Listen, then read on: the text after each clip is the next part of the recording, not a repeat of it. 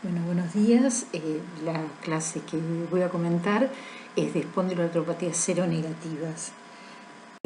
Las espondiloartropatías seronegativas comprenden un grupo de enfermedades autoinmunes inflamatorias que tienen expresión fenotípica diferente, pero que comparten algunos datos clínicos que permiten agruparlas o considerarlas entidades que tienen fenotipos superpuestos. Los datos comunes a estas enfermedades incluyen una artritis periférica asimétrica, mayor compromiso de miembros inferiores, compromiso axial, fundamentalmente la presencia de sacroileitis, la presencia de entesitis, es decir, la inflamación en el sitio de inserción de los tendones, la presencia de dactilitis y de uveitis anterior. También estas enfermedades se caracterizan porque tienen agregación familiar, porque tienen un complejo de histocompatibilidad mayor, especialmente el HLA-B27, que es bastante característico de las mismas, por la ausencia de nódulos subcutáneos y de factor reumatoideo. La presencia de HLA-B27 positivo puede estar en el 8% de los caucásicos, en condiciones normales.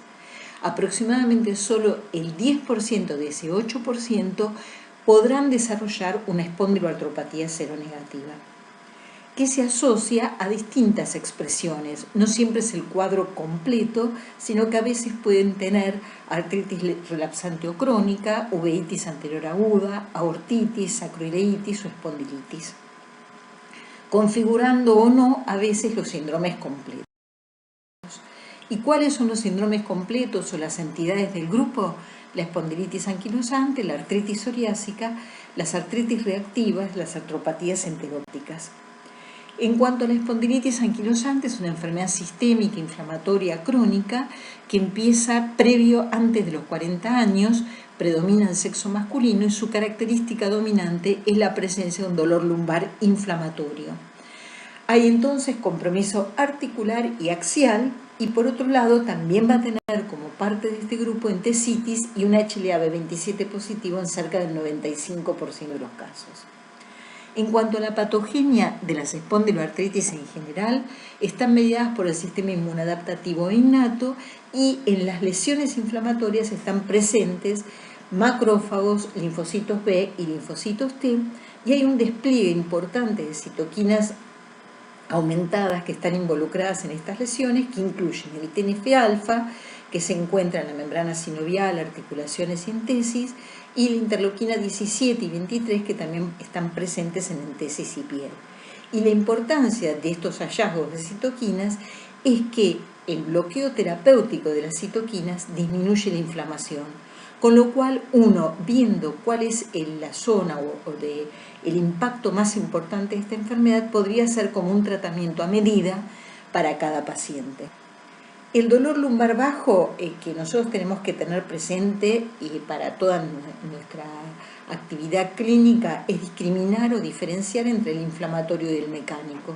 El inflamatorio es el característico de estos cuadros, el mecánico es más característico de la artrosis. La edad de inicio del inflamatorio es menor de 40 años, con una rigidez matinal que siempre va a ser mayor de 1 hora.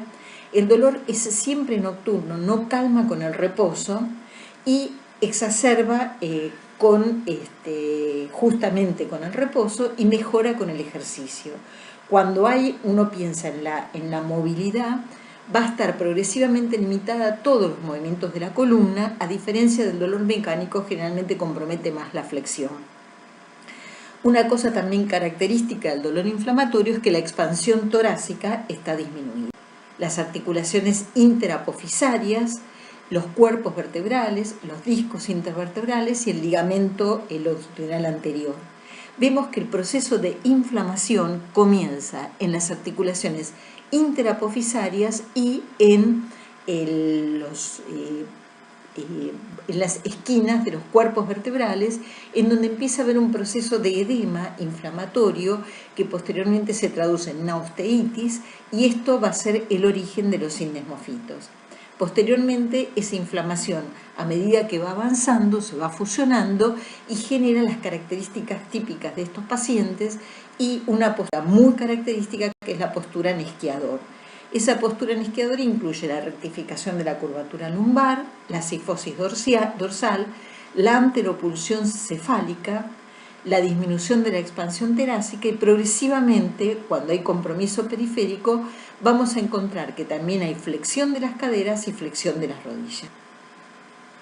Entonces los síntomas más característicos son el dolor lumbar o glúteo diurno y nocturno, la rigidez lumbar nocturna y matinal, el alivio con el movimiento, una ciática alternante, que es una irradiación en la parte posterior de los muslos hasta el hueco popliteo y alterna en ambos muslos, que eso es característico de la sacroileitis bilateral. La progresión ascendente de la enfermedad, este concepto es importante, empieza comprometiendo sacroilíacas, columna lumbar y por último va a comprometer la columna dorsal y cervical. Y también puede dar talalgia, y esto se asocia a las entesitis y a la presencia de espolón calcáneo. Hay una serie de mediciones que son útiles y que semiológicamente colaboran en el diagnóstico de esta enfermedad, que incluyen el signo de Joubert, los dedos piso, la distancia dedos-piso, la distancia occipucio-pared y trago-pared, las maniobras parasacroiliacas. En cuanto a el signo de Joubert, es bastante sencillo para realizar y explicar. Se toma como referencia las crestas ilíacas como marcando lo que sería la lumbar 4, se toman 10 centímetros por arriba de ella, se marca también eso y se le pide al paciente que se flexione hacia adelante sin flexionar las rodillas, y vemos la distancia que excede, se mide posteriormente, y la distancia que hay por arriba de esos, más allá de esos 10 centímetros que marcamos. Si es menos de 4 centímetros, es positivo para este cuadro. Acá vemos distancia occipucio-pared y distancia trago-pared. Y acá es para que después repasen una serie de movimientos característicos de la columna cervical, la dorsolumbar y las caderas, que pueden dar el índice o marcar la utilidad de estas mediciones semiológicas para el paciente. Acordarse que en las caderas la distancia intermalleolar es abduciendo al máximo las caderas. Acá vemos una imagen de las articulaciones sacroilíacas con su componente sacro y su componente ilíaco, y por otro lado también vemos acá otros datos semiológicos importantes, que son los sitios de las entesis que se van a tener presentes. Recordamos que la entesis es el lugar donde los tendones se insertan en el hueso y ahí se puede hacer un proceso de inflamación. Vemos que en las primeras articulaciones costocondrales, la séptima costocondral, las crestas ilíacas y también los puntos de inserción del tendón de Aquiles, y de la cara posterior los procesos espinosos lumbares. Todo esto son sitios característicos de entesis. En cuanto a las manifestaciones extraesqueléticas, pueden dar insuficiencia aórtica y aortitis, fibrosis pulmonar apical, uveitis anterior y nefropatía por IgA. En cuanto a la radiología, acá vemos el fenómeno que comentábamos antes de osteitis o edema óseo en las esquinas vertebrales. El edema óseo se va a ver en la resonancia magnética y es un signo característico de inflamación del hueso. Acá vemos que esto va a llevar a un signo bastante característico, que es de la cuadratura de los cuerpos vertebrales, que en esta imagen no se ve tanto, sino que acá ya se ve la formación de los sindesmofitos. Por otro lado, acá sí vemos la caña de bambú, que es cuando se unen todos los sindesmofitos, y por otro lado también vemos la cuadratura de los cuerpos vertebrales. Acá vemos 3 imágenes, una placa simple, una resonancia y una tomografía. En la placa simple vemos sacroileitis bilateral. Vemos que hay esclerosis ósea y este es un grado de sacroileitis sumamente avanzado. En la resonancia magnética vemos la imagen del edema óseo, que es la imagen blanca que está en contacto con la articulación sacroilíaca. La vemos en ambos lados, hay edema óseo. Y por último, en la tomografía vemos también una sacroileitis bilateral con erosiones y esclerosis. Acá vemos una osificación interespinosa con sindesmofitos en dorsal 12 y lumbar 1. Y acá vemos la caña de bambú con fusión de los cuerpos vertebrales y osificación ligamentaria en vías de tranvía.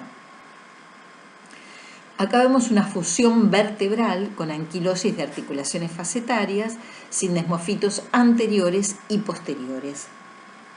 Por último, una entesitis con espolón calcáneo.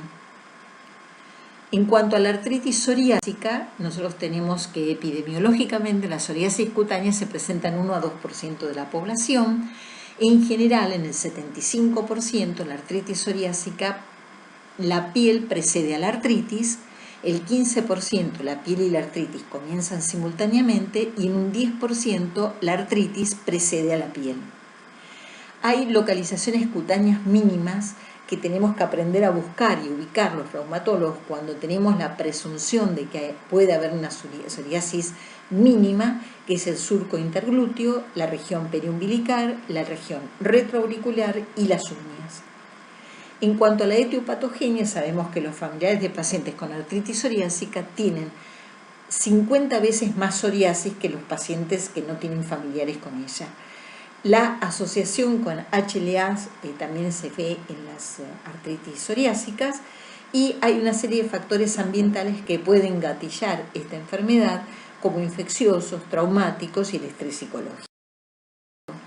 Acá tenemos con qué genes se asocia cada una de las formas que vamos a ir viendo de esta enfermedad.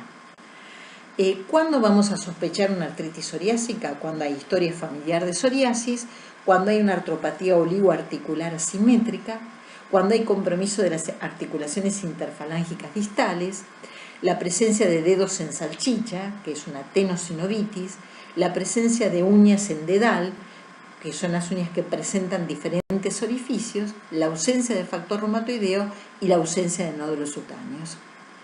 ¿Cuáles son los factores de mal pronóstico en artritis psoriásica?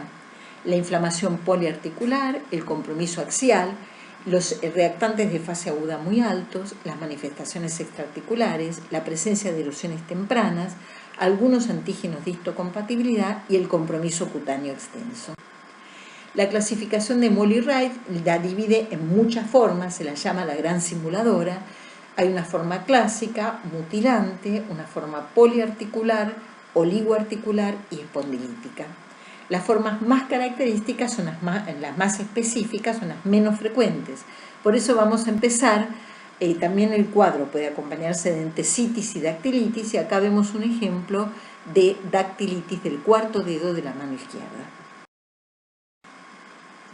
La forma más frecuente es la oligoartritis asimétrica, que se ve en el 70% de las artritis psoriásicas, que afecta una articulación mediano grande y una o dos más de articulaciones pequeñas y puede relacionarse con un traumatismo y cursa con dactilitis.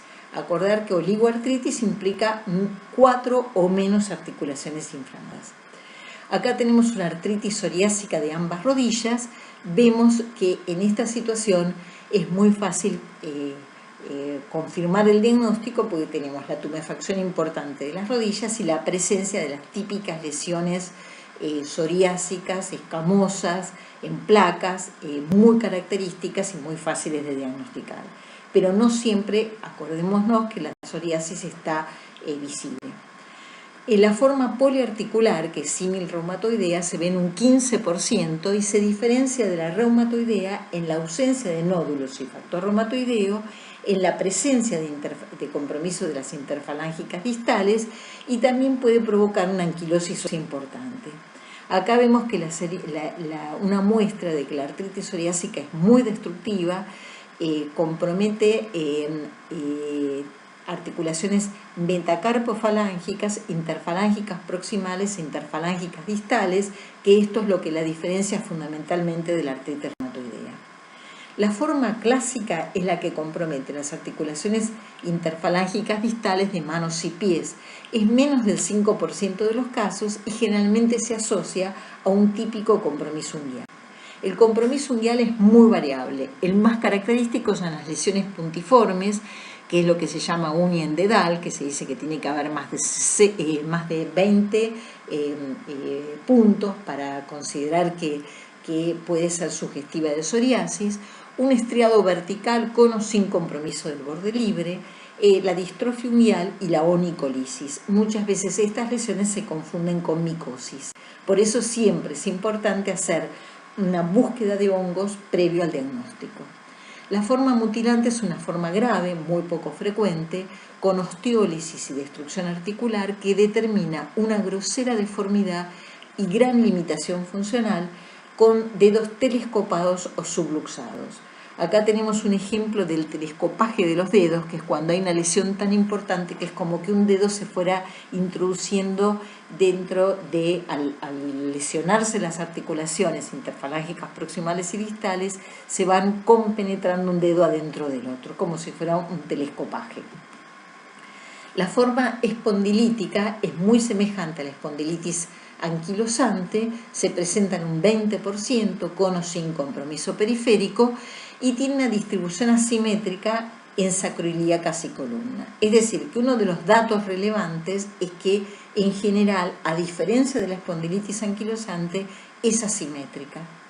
Que en general dijimos que la espondilitis anquilosante afecta en forma ascendente sacroiliacas, columna lumbar y por último columna cervical.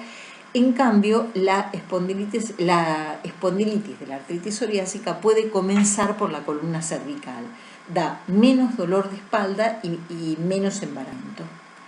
Pero son pacientes embarados. Recordamos las características del dolor inflamatorio, menor de 40 años, más de 60 minutos de rigidez, siempre hay dolor nocturno, mejora con el ejercicio, limita toda la movilidad de la columna y limita la expansión torácica. En el laboratorio la artritis psoriásica se va a acompañar de eritro y PCR elevadas, puede haber hiperuricemia por la producción de muchas células de la piel y de escamación, el factor reumatoideo siempre negativo y puede haber un HLA positivo. Una cosa muy importante a recordar, sobre todo clínicamente, que estos pacientes tienen lo que se llama síndrome metabólico. Tienen más morbilidad cardiovascular, más infartos agudos de miocardio, más accidentes cerebrovascular. Y esto se relaciona con que hay aumento de la activación endotelial, con que hay insulinoresistencia, dislipemia, reactantes de fase agudo persistentemente elevados y hay una movilización de citoquinas proinflamatorias que condicionan este proceso inflamatorio sostenido. Esto hace que la mortalidad en estos pacientes sea aumentada y que haya que tenerlo presente. Bueno, acá vamos a mirar lesiones destructivas de lápiz en copa. Esto es que las erosiones de la artritis psoriásica son muy características y hacen que se vaya como afilando en una punta de lápiz el extremo distal de la falange proximal y esto vaya generando por otro lado, en la otra falange se va produciendo como una copa y queda esta imagen característica de la punta del lápiz en una copa. Vemos que estas lesiones son relevantes y comprometen metacarpofalángicas, interfalángicas proximales y distales.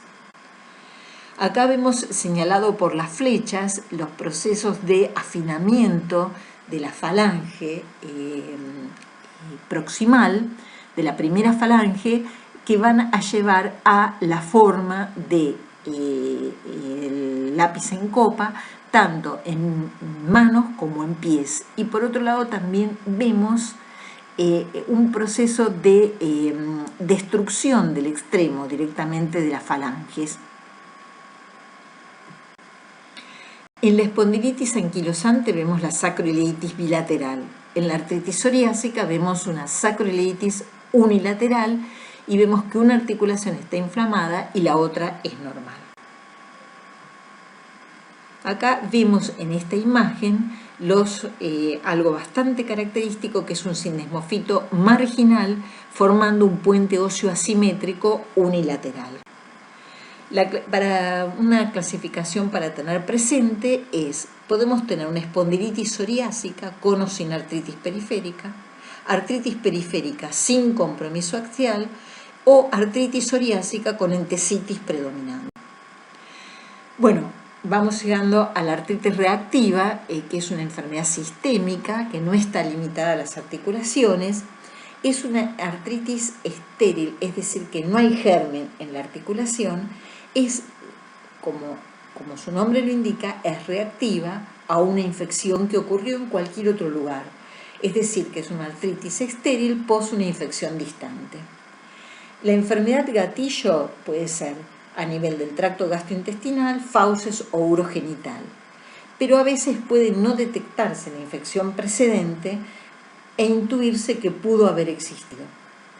Dentro de los agentes infecciosos relacionados tenemos los bacterianos, y dentro de los bacterianos los entéricos, fundamentalmente la Salmonella enteritidis, la Yersinia y la Shigella, genitourinarios, clamidia, ureoplasma y la Neisseria gonorrea. Dentro de los virales encontramos las distintas hepatitis y parvovirus, la rubiola, varicela. Generalmente todas las afecciones virales pueden dar un componente articular. Y dentro de los parasitarios mencionamos a las giardias, blastomices y el Strongyloides esternaris.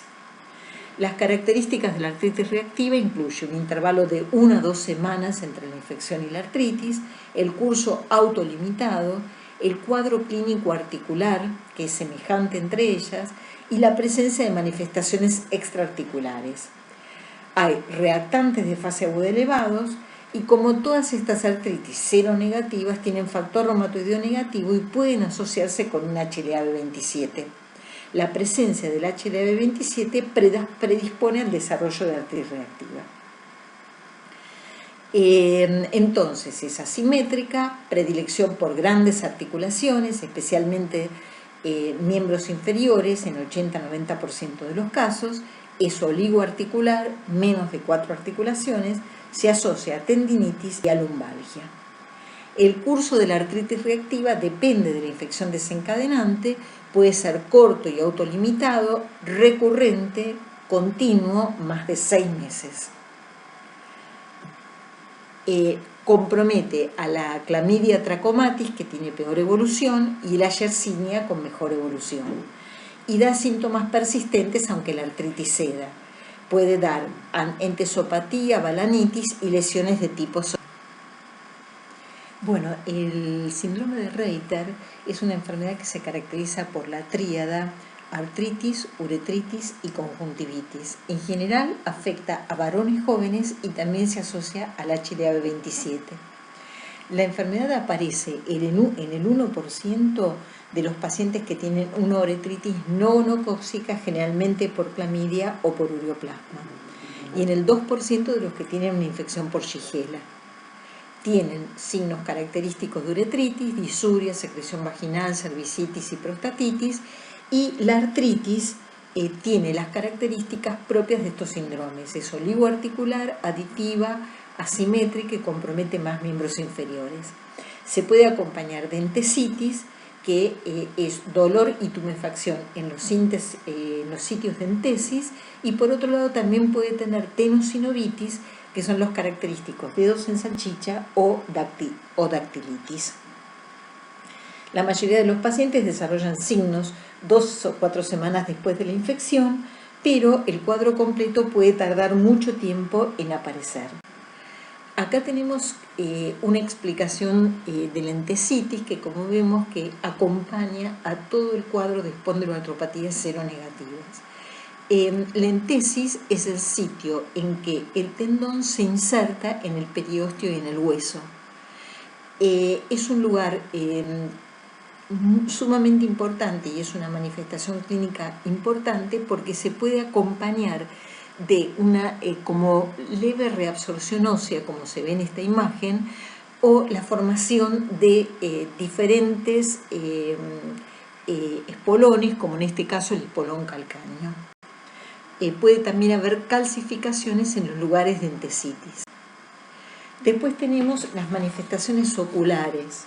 Acá tenemos un corte de un ojo en donde vemos el iris, el cuerpo ciliar, la coroides y la esclera.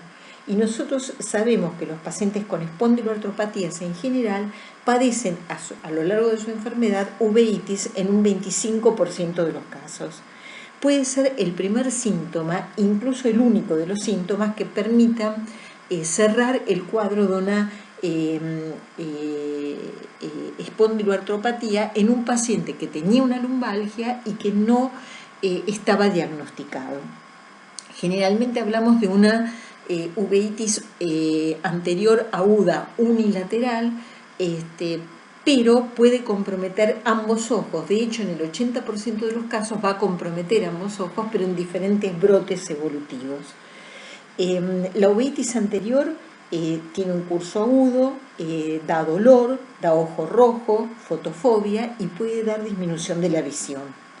Como consecuencia de la misma inflamación puede haber una ruptura de la permeabilidad de la barrera hematoacuosa y generarse una extravasación de proteínas y células en la cámara anterior del ojo, que esto da una turbidez del humor acuoso que puede verse por la lámpara de hendiduras. Es tan grande a veces que puede generar como un depósito, como un nivel, que es el hipopion, que es la imagen de la derecha. Las células también pueden pegarse en la cara posterior de la córnea, dando precipitados retroqueratóticos y estos pueden llegar a dar sinequias posteriores con aumento de la presión ocular y posterior trastornos en la visión.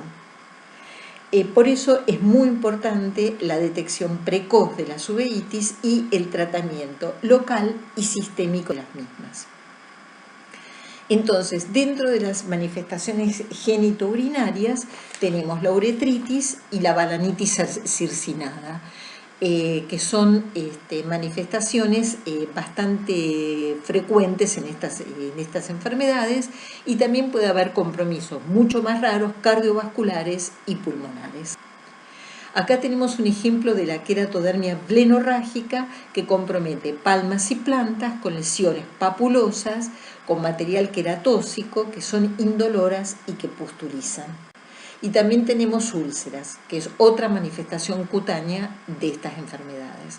Desde el punto de vista radiológico vamos a tener el compromiso de las articulaciones periféricas con periostitis, como vimos en la imagen, y por otro lado también vamos a tener las manifestaciones del compromiso axial, con sacroileitis asimétrica, pocos endesmofitos y asimétricos, y puede haber hiperostosis de los cuerpos vertebrales anteriores. Acá tenemos una imagen de los endesmofitos con una característica asimétrica, gruesos, desprolijos, y el espolón calcáneo que comentábamos, con periostitis. Y desde ya, muchas gracias y aprovechemos para también agradecer a todo el personal sanitario que está en este momento trabajando activamente para poder asistir a los pacientes que están con coronavirus. Bueno, muchas gracias y espero que les haya sido útil.